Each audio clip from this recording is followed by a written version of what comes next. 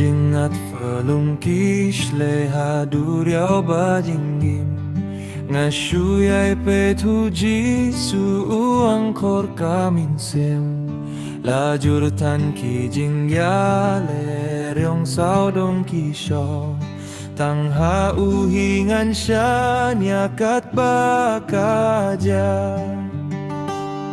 Nganeh den hu jisu Eryong jinggim ngam tien Nganeh den hu jisu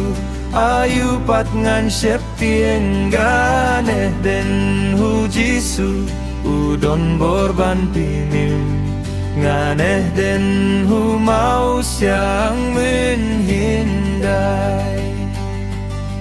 Nakabas niu hi u dadap jing suk haming siem Ki baba ki palo jem jai tang shi kan tien Unong ya lambas datam ha u nga su bret lut Ya u ha ba nga dong kam udon bat nga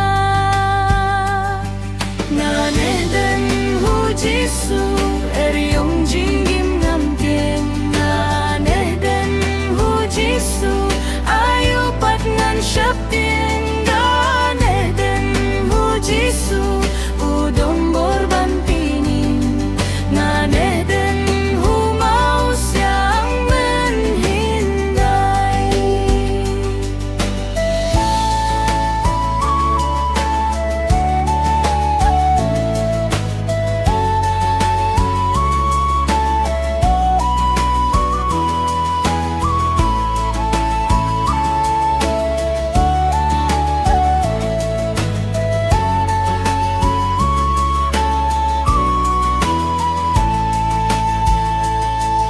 Angkor kamen siem jong aha uji sukane Na kijing mahi udas gep si kus layu bet Da jing gate ngapai cha te syakari kibain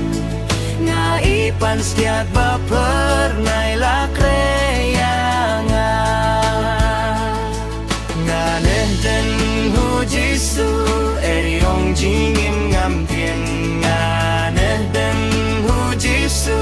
ayu pat ngan syap tinggan Nganeh den hu jisu udon borban pinin Nganeh den hu mau siang menhindai Nganeh den hu jisu eryong jingim ngam tien Nganeh den hu jisu ayu pat ngan syap tinggan Nganeh den hu jisu udon borban pinim Nganeh den hu mau siang menhindai